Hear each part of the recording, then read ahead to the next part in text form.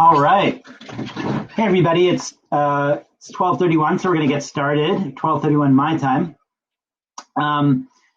So thanks so much for joining today to learn about ADUs. I know this session today is about, or the event is about tiny houses on wheels, but we're going to be talking about the kind of the intersection and the relationship between ADUs and tiny houses on wheels, and that's kind of the focus of today. And I don't really care whether you end up building an ADU or a tiny house, but you should end up doing one of the two because they're both really cool. I have a foot firmly implanted in the tiny house on wheels world and the ADU world, so I can kind of speak to both of those options, and that's what I'm going to do today. And then hopefully you guys can prod me with some questions, and I'll riff off those questions. So I'll present for like half of this session, and I'll just kind of field questions that you guys come up with. So I'm going to start by I'll introduce myself in using the video, and then I'll share my screen. We'll do a presentation, and I'll go back to video.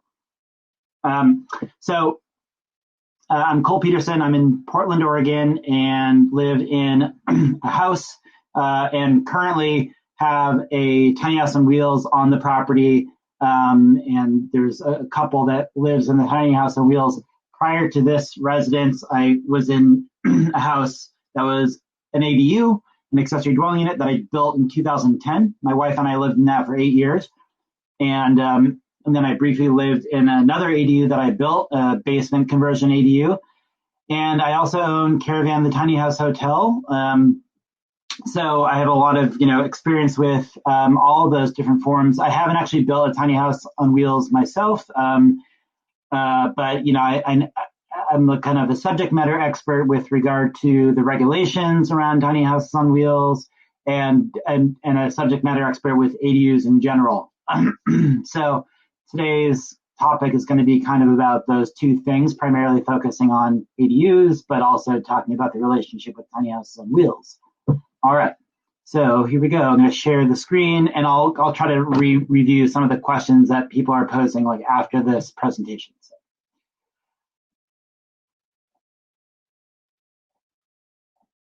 All right, so I'm the guy on the left. The book is the thing on the right, and that's you can. I'll be telling you more about the book in a little bit. I also run a website called buildinganadu.com and another website called accessorydwellings.org, and they're about ADUs. So ADUs are really my life's work, at least for the time being. I live, breathe, eat, sleep ADUs all day long, every day, and I love it. I am a big fan. Even though their name isn't cool, ADU is not as cool of a name as tiny houses. Nonetheless, they are still a super cool housing form, and I'm really I realize that the synonym or the synonyms for the other names for ADUs are like granny flats and in-law suites, and those names suck.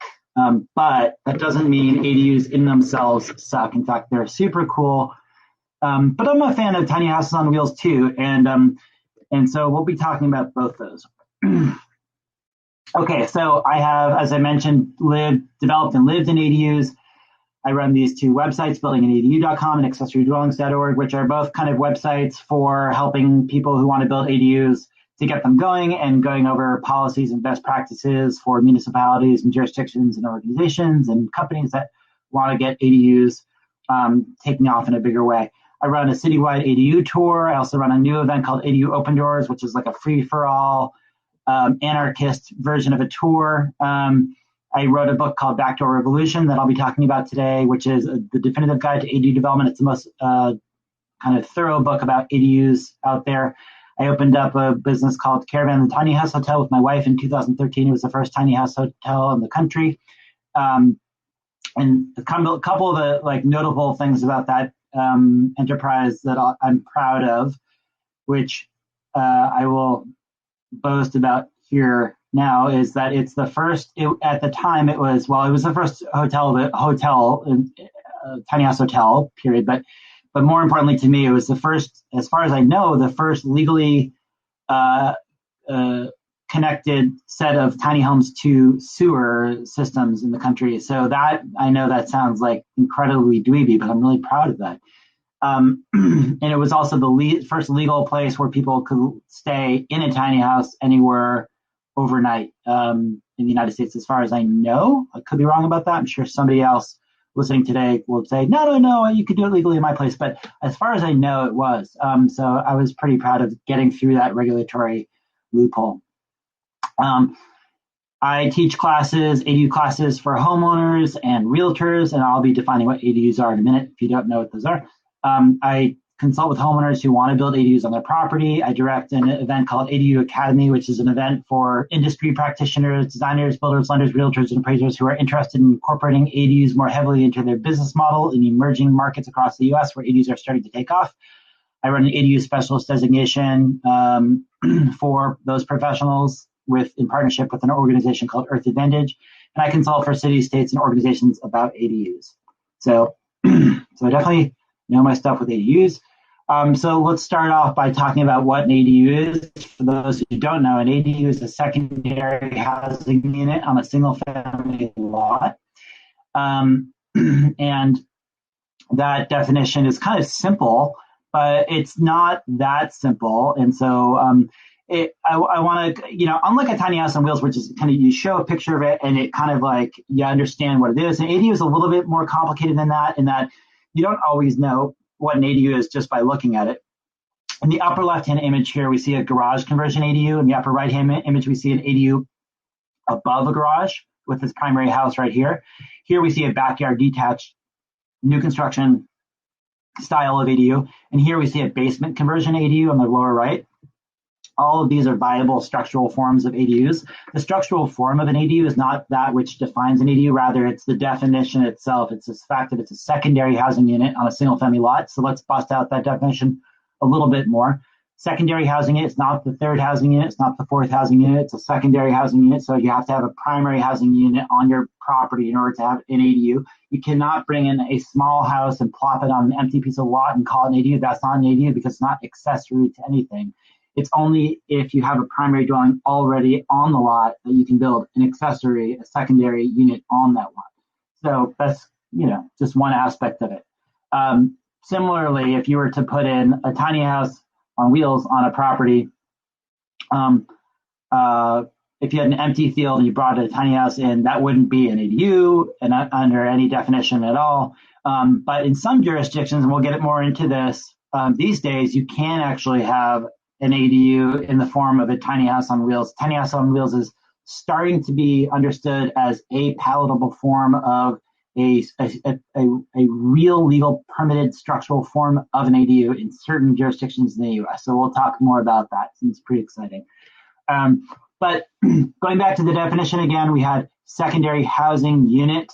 I'm going to go back to the video for a second here. I feel like the video is better when I don't have to. Oh, wait, can you see me the whole time anyway? So secondary housing unit, the housing unit is a space with independent sleeping, dining, sanitation, and living space. And so, so again, when we think about a tiny house on wheels, it's all those things also, but the only difference is that it's not in a legally permitted structure in most locations, because structures, when you talk about a residentially permitted structure, one of the parts of that definition is that it's a structure, and a structure means it has a foundation, and a foundation is something that's on concrete, generally speaking, and that concrete is generally tethered to something beneath, or it goes down 18 and 24 inches below grade. So it's kind of not going to be subject to potential frost heave implications of having that unit go through various seasons, whereas a tiny house on wheels isn't on a traditional foundation that's connected to the ground. So anyway, going back to the definition of an ADU, secondary housing unit, single-family lot, ADUs are generally going to be found on subservient to, accessory to, ancillary to the a primary dwelling unit. And so it's in that primary dwelling unit is generally speaking going to be found on a residentially zoned piece of land. Now you can actually have an ADU on a, say, commercially zoned piece of property, but that's only if there is a primary housing unit on it that's being used for residential use. So if, for example, you owned a commercial strip of property, let's say in your city, and you had a Walgreens on it, you cannot have an ADU on that property because the primary use of that property is not residential. But if you had a house on that commercially zoned piece of property that was being used as a residential home, you could have an ADU in the back. So that's what the definition of an ADU is. The structural form is kind of secondary. It's like, some jurisdictions will say you can only do an attached ADU, and other jurisdictions will say you can only do a detached ADU. And other jurisdictions say you can do any kind of structural form in an ADU, and we'll even let you do a tiny house on wheels as a form of an ADU. So all these are potential ways that you can have the structural form of an ADU, but that definition is really what's kind of the core definition. And even that definition has some fuzziness, and I won't go into that right now. But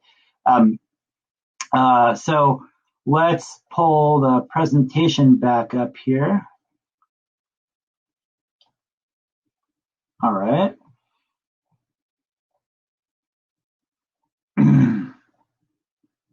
So I mentioned Caravan, the tiny house hotel, which my wife and I established in 2013. It was the first tiny house on wheels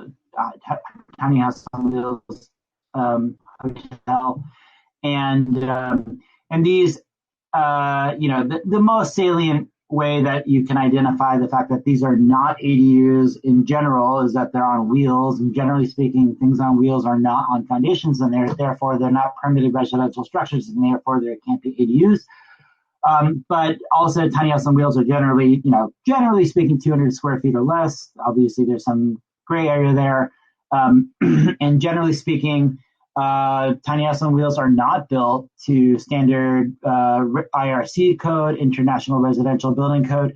They're not generally speaking built with permits. They're not generally speaking easy to insure or finance, whereas ADUs are generally speaking very much within the conventional housing development regime. You can easily insure them, you can finance them, appraisers can come out and add on value to the property for an ADU, whereas if they came to a property that has a tiny house, they would see that as an asset that you could sell independent of the house, and therefore it's not actually part of the real estate value. And interestingly, one of the benefits of a tiny house on wheels over an ADU is that the tiny house on wheels isn't going to be taxed as real estate assets because it's not fixed to the land, whereas an ADU is absolutely going to be taxed as a real estate asset that's fixed to the land. So that's another difference. So tiny house on wheels and ADUs are both very cool in that they are both much smaller than the average American dwelling, and they can both be used for urban infill housing. And that's why I personally care about both of them so much, because we have so many oversized homes in the United States, and both of these options, ADUs and tiny houses, afford people the opportunity to make a profitable alteration to their property and add another housing unit that will be to their benefit. So let's say you're a homeowner and you want to have a secondary unit on your property. An ADU is the conventional kind of accepted way to do that from a municipal point of view. Tiny house on wheels are an option now that's emerging in some jurisdictions. The jurisdictions where ADUs can be in the form of tiny homes on wheels are in California generally right now.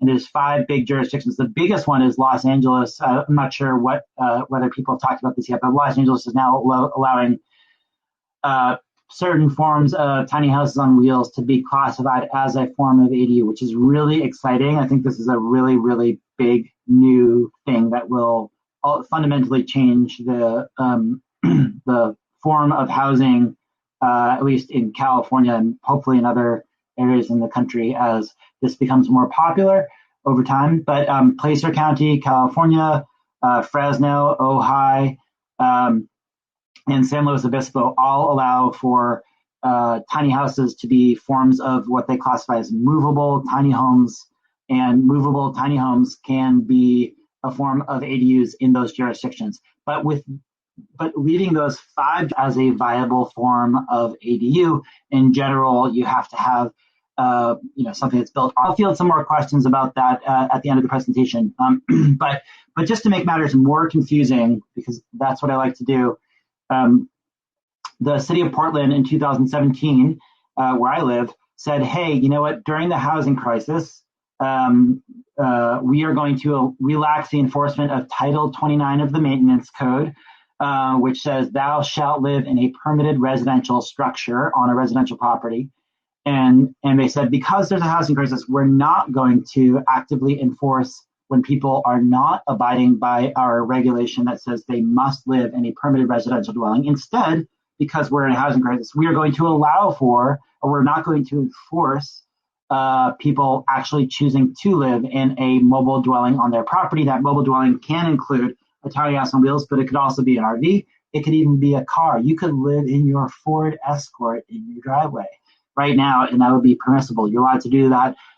You're allowed to have up to one mobile dwelling on your property, but that's kind of a temporary, ad hoc, roundabout circumventing of the formal regulatory development protocols for housing development in Portland.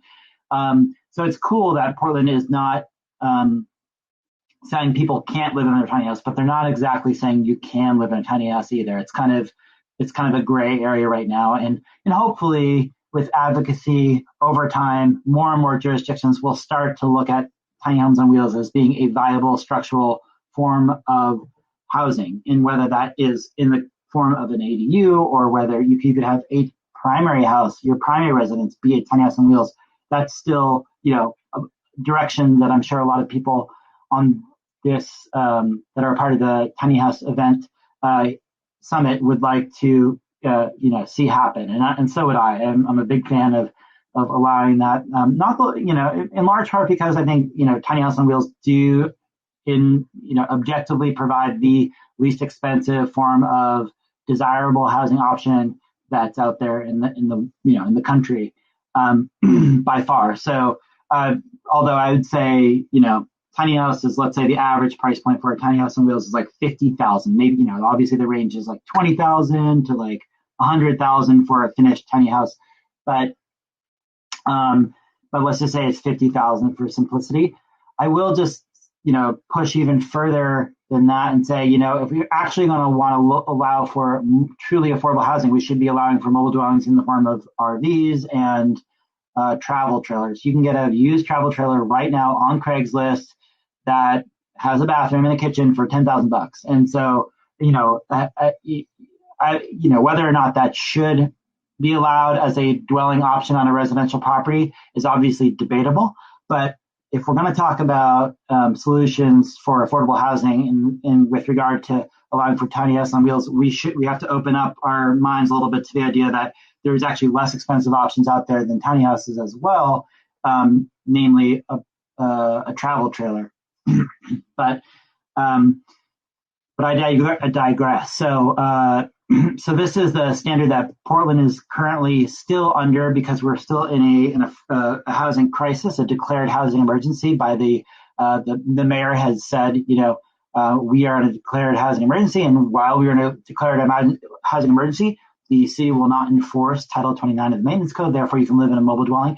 But when we're out of our housing emergency, which will happen in April of 2021, according to the regulations, then who knows what will happen with tiny homes on wheels. Hopefully, they'll just continue to be allowed. But until they're kind of put into the conventional rhetoric and regime of housing development, that's not a sure thing. So there's still a little bit of ambiguity there. Whereas in California, those 5 jurisdictions I talked about, Placer County, San Luis Obispo, Los Angeles, Fresno, Ojai, you can legally have a tiny house on your property in the form of an ADU for the time being, at least indefinitely, probably.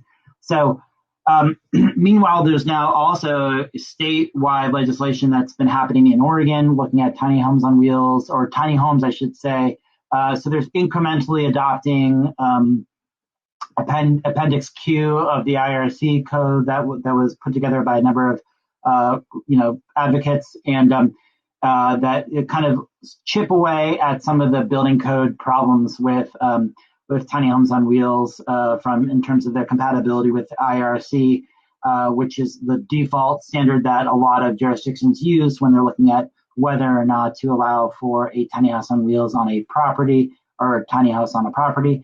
And so the tiny house code that's in the Oregon State Code, which I'm showing here on the lower right-hand corner of my screen, is actually not a tiny house on wheels. It has to do with the sleeping loft space and the ladders that you use to get to the sleeping loft, but it doesn't really speak to whether or not a structure can be on a mobile, have a mobile foundation. And that's, from my vantage, really the really big next challenge that jurisdictions need to kind of confront. Because when you boil down the cost of development for an ADU versus a tiny house, one of the very significant differences between the two, there's many, but the most significant perhaps difference between the two is that an ADU is on a foundation. That foundation alone costs $15,000 in Portland because of the excavation, the the form work for the foundation, the pouring of the foundation,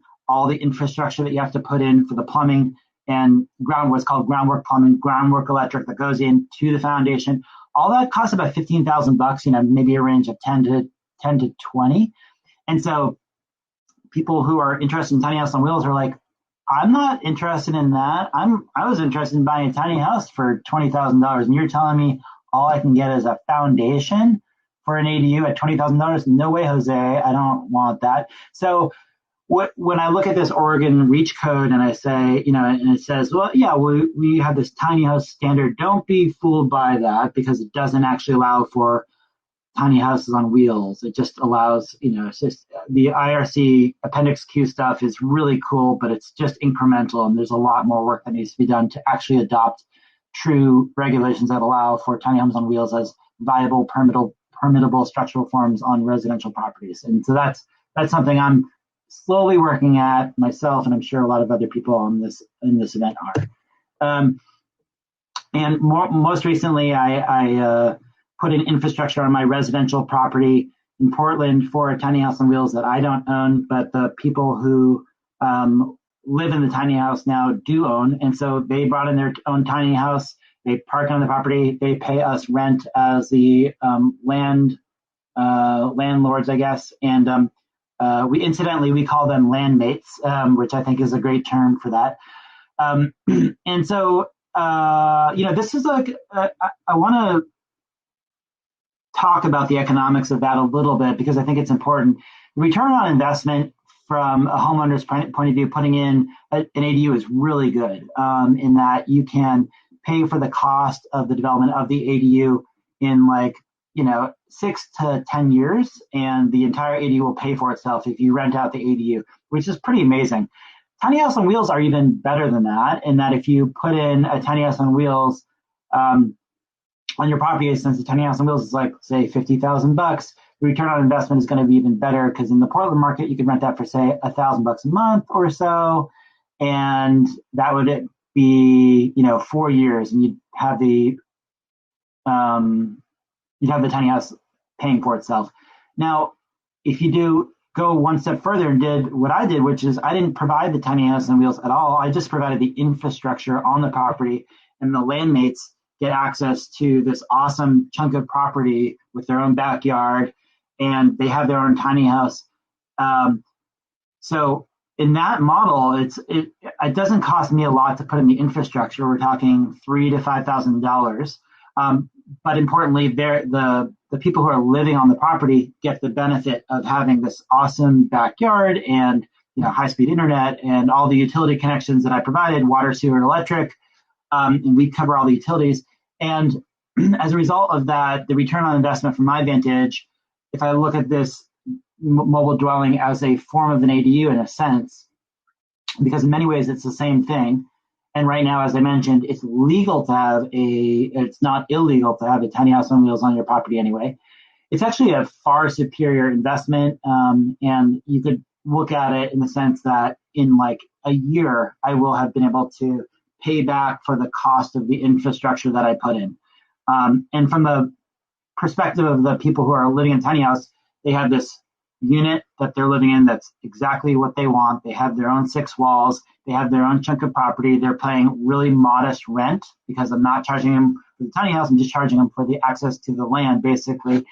And then in the end of the time that they're here, if they choose to sell the tiny house, they'll get most of their money back. We don't know what the depreciation is on the tiny house, but they'll get most of that money back. So they basically just paid a very small amount of rent for a really good location to live in for a number of years. So it's from their vantage, it's a really good deal. And from my vantage, it's a really good deal. And this is kind of why I believe that over time, we're going to see more and more jurisdictions considering allowing for mobile ADUs to be an option, because it does meet all these kind of goals that jurisdictions have in terms of creating more affordable infill housing typologies.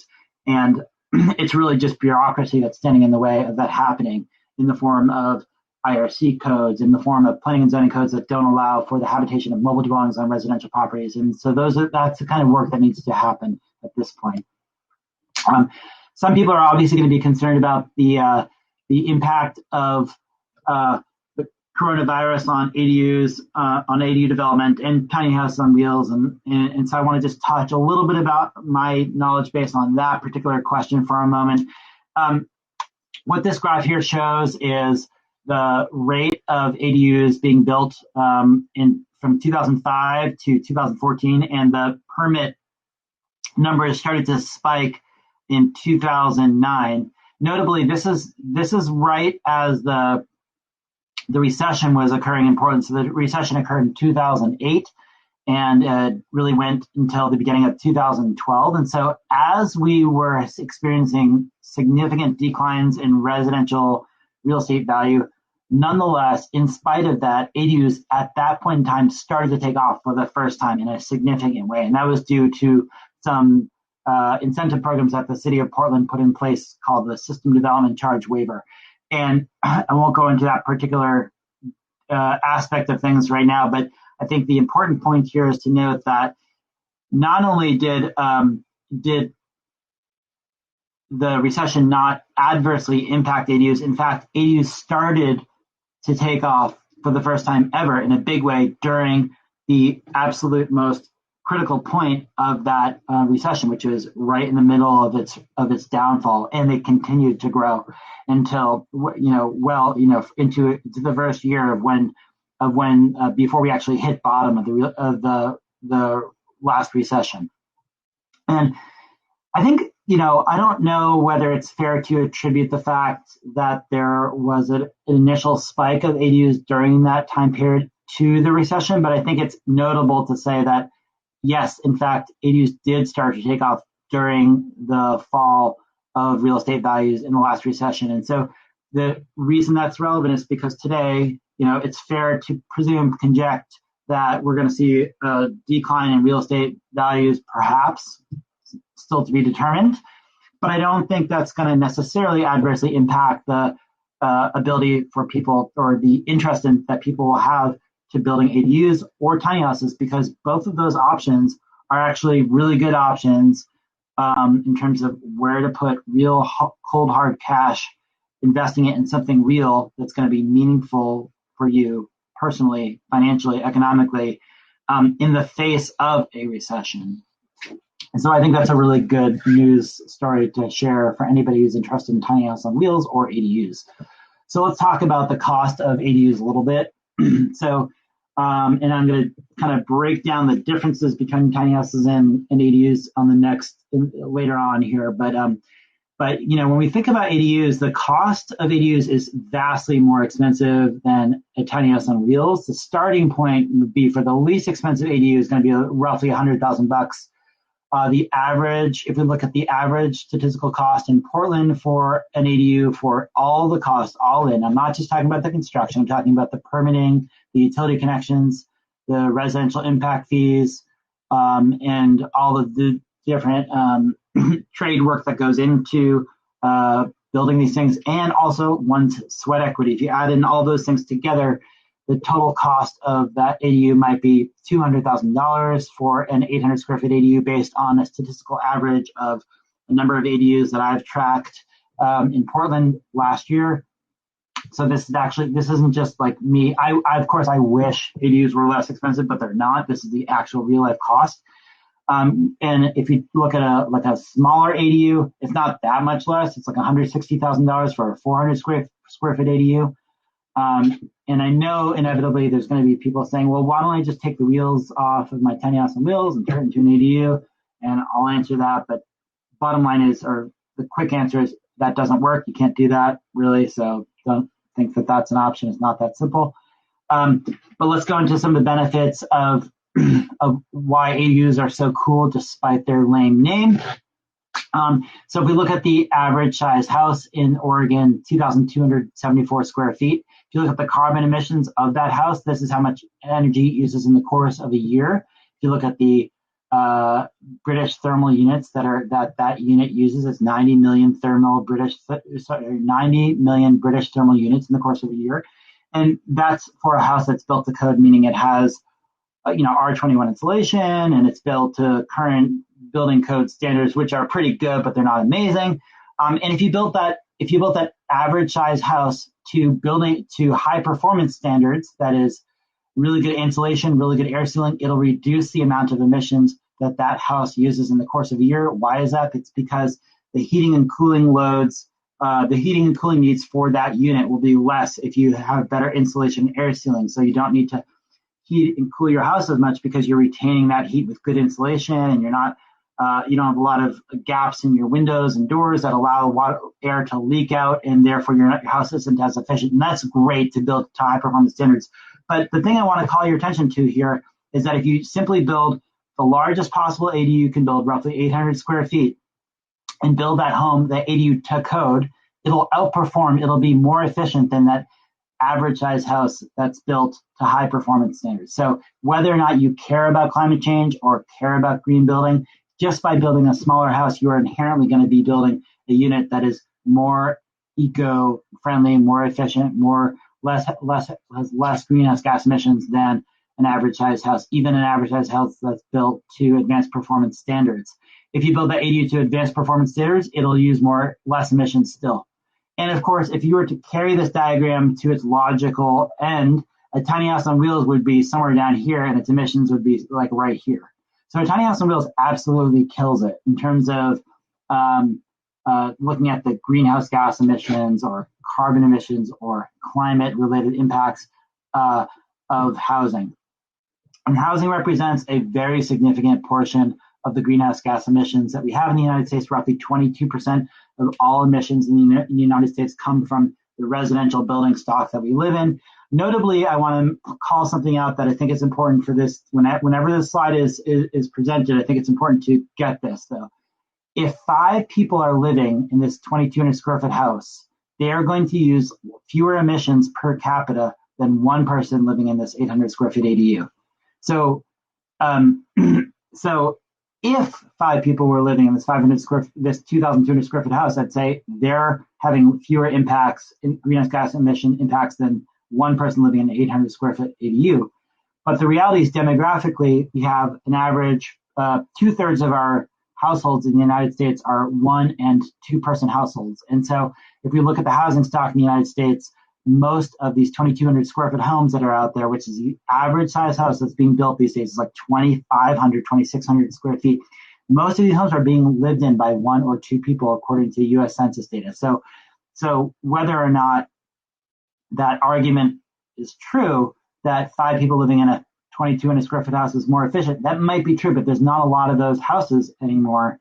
In the 1950s, we used to live in a lot of nuclear families with 2 or 3 children. So there's like 4 or 5 people living in a house, but that's not really the case anymore. There's been a dramatic change over time because of a number of factors, not the least of which is people are living longer. And so as a result, as people are living longer, they are living alone more in their house as they get older because their kids have, gone off to have their own kids.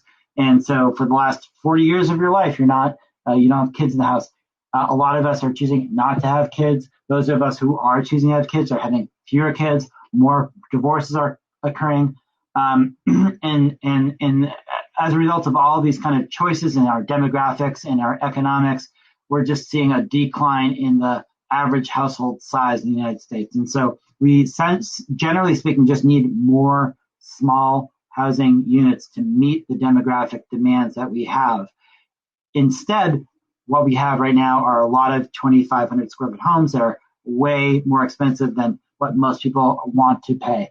And that's not solving, that's going in the wrong direction in terms of the greenhouse gas emissions equation that I'm super passionate about. So I want us to do a little decision tree for those who are kind of now thinking about whether an ADU might be the right choice for them instead of a tiny house on wheels. Like I said, I'm kind of new. I mean, I'm maybe the planet's biggest ADU advocate, so I'm not going to say I'm entirely neutral here, but I do have one leg firmly implanted in the tiny house on wheels world, so I'd like to think I'm a little bit objective. So this is a way to think about whether or not a tiny house on wheels might be right for you or an ADU might be right for you. If you own a property with a house, then you can consider an ADU. If you don't, then an ADU is not an option. So it's not even a conversation. Now you could potentially buy a property and build an ADU, and I think that's a great idea. So consider that. But right now, if you're thinking about, I want to live in a small dwelling, you can't have a small dwelling unless you have a piece of property on which to put it. And if you don't, then you're going to, the tiny house on wheels option is going to be the right option for you. So next question is, do you want to live in more than 200 square feet? If you really want to live in a really small space, which I'm a fan of, I think it's a great thing for everybody, then you can live in a tiny house on wheels. But if you think you are not quite ready to make that leap to a dramatic form of downsizing, then, if you're wanting to live in like 500 square feet or something like that or more, then you're going to have to live in something that's bigger than a tiny house on wheels. And so maybe an ADU would be right for you in that case. Are you willing to spend at least $160,000? Because that's what I'm suggesting is going to be, the statistical average lowest price for a detached new construction 400 square foot ADU, at least in the Portland market last year. Portland market, is admittedly probably more expensive than the average American market, but far less expensive than, say, Seattle or all of California or New York or any other East Coast state. So, depending on what market you're in, I think the lowest you could possibly see an ADU being built in most markets is going to be $100,000. I'd say almost in any market in the country, probably $90,000. Whereas tiny house on wheels, almost anywhere in the country, you could find one right now on Craigslist for $50,000 used. Or maybe even new. So if you're not willing to spend at least $160,000, then tiny house on wheels. But if you are willing to spend at least that much, and you have a piece of property, and you need more than 200 square feet, then the next question is, are you willing to spend at least a year hitting your head against the wall, going through a bureaucratic and challenging development process? Because if you are, then ADUs might be right for you. But if you're not, if you have no interest in trying to go through that kind of tortuously challenging development process, tiny house on wheels would be easier because there aren't regulations defining how you go through that development process. And that in some ways is really liberating and freeing, and I like it. On the other hand, there's a lot of benefits to going through the bureaucratic, challenging development process of an ADU, not the least of which is you can get financing for it from banks, and you can legally rent it out without any difficulty. It's totally legitimate, so it's a very different kind of idea, concept, feeling, emotion to have an ADU on your property because it's all within the conventionally understood forms of permissible legal housing options in the United States. Whereas tiny house on wheels, as we all know, is still very much in a gray area as far as the way that bureaucracies and jurisdictions deem them. So I want to talk a little bit about additional resources. These are some websites you can visit if you're interested in learning more about ADUs, accessorydwellings.org, buildinganadu.com, my personal blog from building my first ADU in 2010, and then Accessory Dwelling Strategies, which is my consulting organization. This is my contact info. You can email me anytime. I'm going to talk a little bit about some additional resources here. I have a class that's online. That class is for people who want to build ADUs on their property. It is a very thorough class that has a bunch of lessons about the ADU development process. It's the most thorough class available on the web. It's 40 plus quick tip field videos covering building tips, 6 interviews with homeowners, 5 walking tours of ADUs. All the information is nationally applicable. It goes through best practices for design principles, for example, and I can go into great detail about any one of these things, but this is just one snapshot of why pocket doors in an ADU are a best practice for design and in the specific concepts there. And a lot of the best practices, or I should say some of the best practices for ADU design are borrowed from tiny house on wheels design and boat design principles. But a lot of ADU design principles are kind of intrinsically unique to to ADUs. And so like the pocket door phenomena is more of a phenomena that is especially relevant in an ADU, and I don't want to go into why right now, but other ideas such as a sleeping loft is, in the ADU world, we can borrow some concepts from sleeping loft designs in tiny houses to think about best practices regarding sleeping lofts. This is an example of an alternating tread stair, also known as a Jefferson Stair, which is a concept that's kind of borrowed from the tiny house on wheels world. Interestingly, though, these are not legal permissible to code building options for ADUs. And so this, in the videos here, I'm talking about how if you're gonna do an alternating tread stair in the ADU realm, you have to do this after certificate of occupancy, after the bureaucrats have finished visiting your property and giving you all the permits that say, yep, you can live in this dwelling now. That's when you can go and after the fact and do modifications to the property that allow for you to access your unpermitted sleeping loft. Whereas in tiny house on wheels, you can do that alternating tread stair whenever, because nobody's ever coming into your project to permit it.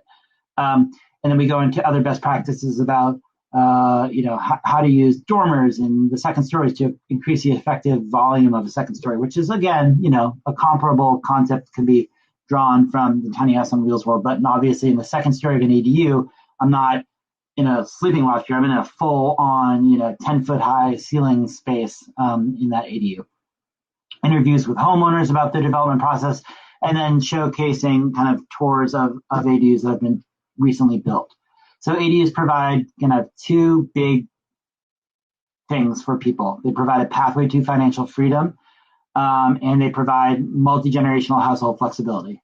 And so these are really important features of ADUs. But I will say, just to give a shout out to Tiny House on Wheels, Tiny House on Wheels do the exact same thing for people. And these are, so I want to be clear about that I'm a fan of both. But, they do have slightly different roles to play. This is a book that I wrote about ADUs, Backdoor Evolution. We go through all the different things that people need to know about for building an ADU through the development process from a homeowner's point of view. And then we go into the best practices and information about building an ADU from a kind of a civic point of view. What do advocates and jurisdictions need to consider to foster a better environment for ADU development at large to see more ADUs built? ADUs are a really cool concept, but they're really only taking off in Portland, in some jurisdictions in California, and in Vancouver, BC. There's not in maybe Austin, Texas. There's like very few jurisdictions where ADUs have taken off in a big way. Now, there's been a lot of talk about ADUs in the last year, though, because of the legislative changes that have occurred in California and in Oregon. So we're going to start to see ADUs taking off in a very, very significant way now in a lot of jurisdictions in those 2 states and in Seattle, too, which has also recently updated its codes. But the rest of the country, honestly, is woefully behind with having good ADU regulations. So from an advocacy point of view, there's a lot of things that need to be done to. So for those who are interested in buying the book, you can get it $15 online right now, ebook, $25 for a print version. If you want to take the web course, it's $2.99. But I'm offering a special deal, which you can find today right now for one day only, that I will offer both the course and the book for a total of $200 at buildinganedu.com/tinyhouse. So go to buildinganedu.com right now, and the bottom of the page, there's a link to the tiny house special, and that will be gone after the end of the day. So take advantage of that if you're interested. That offer will disappear. Lastly, I wanted to just mention that for those who are really interested in kind of the practitioner lens on ADU development and policy lens on ADU development, I'm doing a live series right now that has just completed its first week, and we're going to have one more week coming up next week. And a few hundred people have been participating in that each day. It's been really good. So consider jumping into that webinar. It's free. Anybody can watch it live, but it's only available live. So after the live airing, it won't be available for people to see, except behind a paywall on the web course. So if you sign up for the web course, you'll be able to see them all. In any event, that series, you can sign up for it at buildinganedu.com. So I'm going to stop sharing my screen and go over to the questions that I see here. Stop video. Cancel. Okay. All right.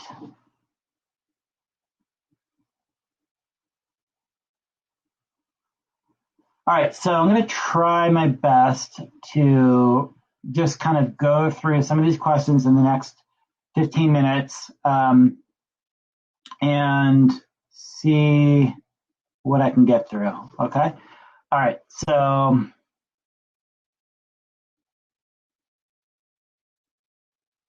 bear with me.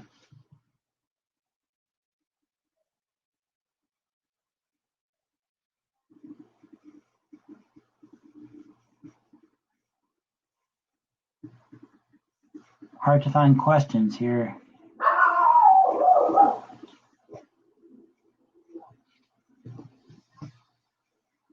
All right, I'm just going to scroll down. There's a lot of comments, but not all questions. If you have a background in zoning as a planner or on boards, it would be great to get more tiny house enthusiasts in their local zoning boards as members in a large or professional role. Yeah, I mean, I think in general, I'm like personally very heavily involved with not so much local, well, actually involved with local boards working on specific elements of incremental code updates. I'm involved heavily as an advocate, both locally and nationally, and I'm involved in state legislation issues. I think those are all ripe areas for people who are interested in this stuff to get involved. So yeah, get involved for sure. All right.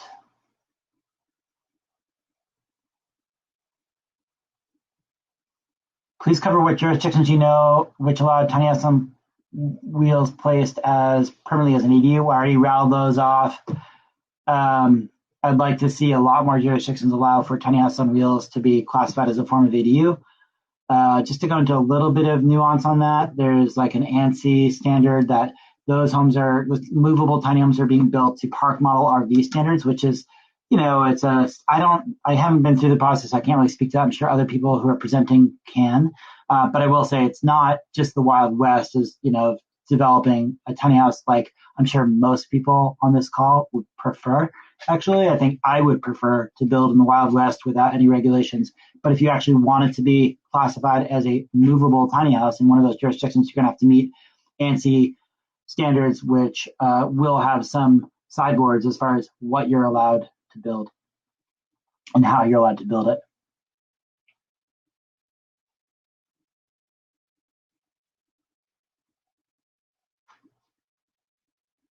Can a tiny house on wheels be an EDU? Can you just let me go into this question? So oftentimes I'm asked whether you can just remove the wheels from a tiny house on wheels and call it an ADU, and the answer is no. It's not that simple at all. And so let's talk about a few different reasons why that's the case.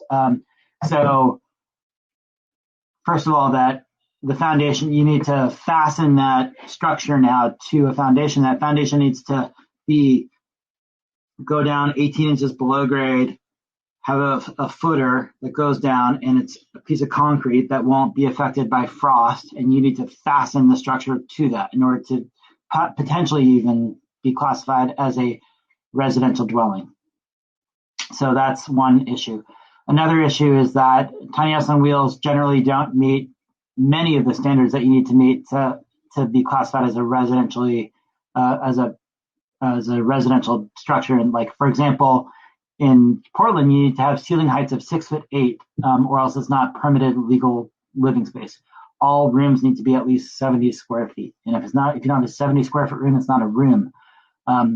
Sleeping loft, where most people have their bedrooms in tiny house on wheels, are not permissible rooms at all. They're just those would be classified as like storage space from a legal point of view, because they don't have adequate headroom. They're not 6 foot 8 inches high, and you don't have egress windows up there that meet fire standards. So there's any number of reasons why it's almost impossible for tiny house on wheels to easily meet the ADU, the same standards as a residential dwelling. So it's not that simple. I would highly suggest don't even consider that line of logic unless you start a whole new business model that's designing tiny house on wheels for that purpose, which I wouldn't recommend to anybody, but it's not that simple. So, all right.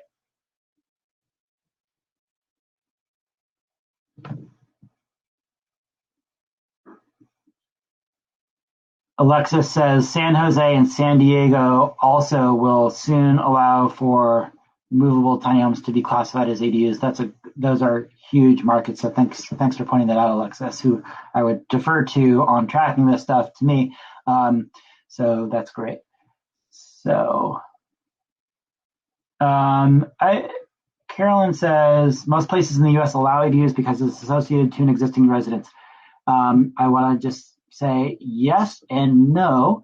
A lot of places in the U.S. say they allow ADUs, and I would say, yeah, on paper, maybe you do, but actually you don't, because the regulations are so bad that nobody in their right mind would want to build an ADU. If you're not in California, Seattle, or Portland, Oregon, then look at your codes and notice that you have owner occupancy requirements, and notice that you have off-street parking requirements.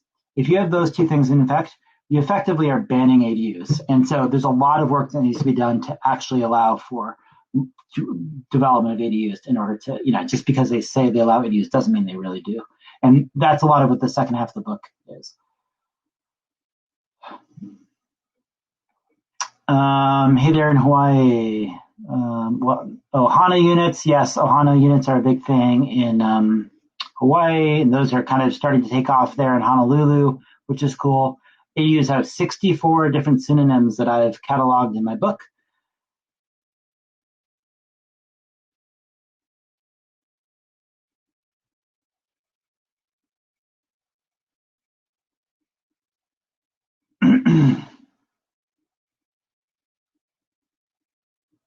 Sorry, I'm still just reviewing questions. Sorry for the dead air time. Trying to find the questions that merit answering. Does Portland require you to adhere to setback requirements from Todd? For an ADU, absolutely. There's setback requirements, but just getting into like the details here, Todd.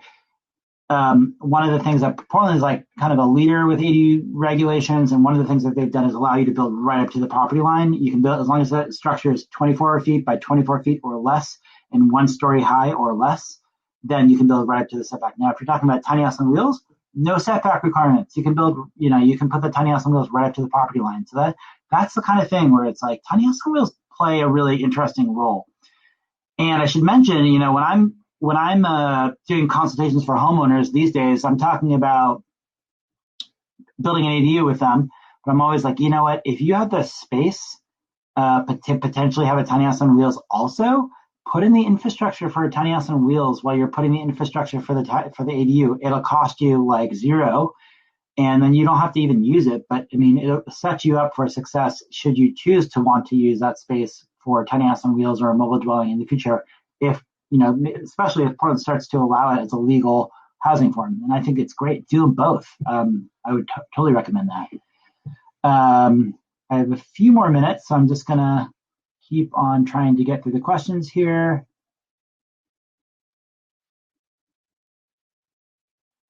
Somebody asked what the landmates pay in rent, so I'm just going to answer that. It's like $650 a month just for the space itself, which might sound expensive depending on where you're from.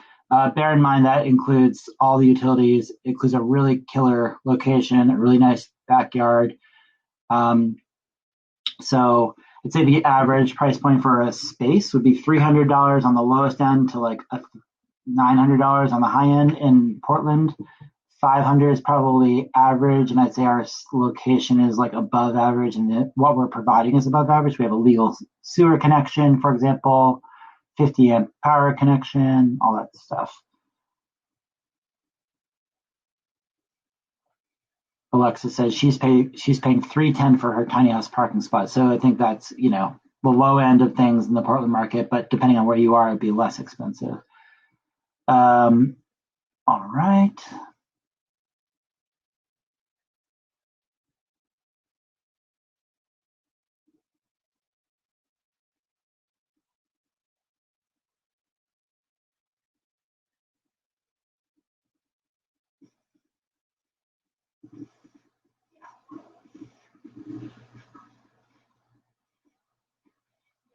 All right, I'm not seeing more questions, but oh boy, it's hard for me to get through them all, so I'm just going to keep on scrolling. Sorry for the dead air time. Oh, there's a question about can you add 2 ADUs? I'll answer that one. So all of California now allows for 2 ADUs, all of California, which is incredible. That's the biggest market in the country. Seattle allows for 2 ADUs. Vancouver allows for 2 ADUs. And a couple cities in Oregon do. Portland is going to be allowing for 2 ADUs in the near future. There's a lot to say about this topic. It's of great interest to me. Portland's going to be doing something that no one else has done yet anywhere in the world, which is allowing for 2 detached ADUs and allowing for 2 ADUs within a single detached accessory structure. So that's going to actually be the best formula for, best ROI in terms of, a type of ADU that'll pencil well. It's going to cost a lot of money to build it up front, but it'll return really well.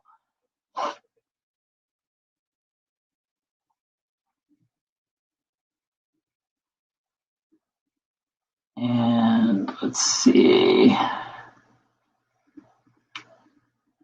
I guess I'll just share. In the last 30 seconds, I'll make sure to share the last couple screens again so people can see it. And I'm just unable to kind of track through all these questions right now. So I think I'm just going to share the screen and just kind of give a couple closing remarks. So that's not it. Here we go.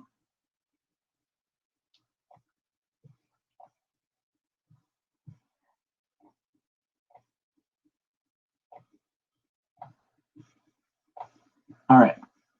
So this is the special offer that I had mentioned previously. You can find that special offer at buildinganadu.com /tinyhouse, $200 for those 2 for the course in the book. And then this is the webinar series that I'm running every day at 11 a.m. Pacific time next week. So feel free to check that out. Thanks so much for coming today and learning about ADUs. May you go out and build small, cool stuff.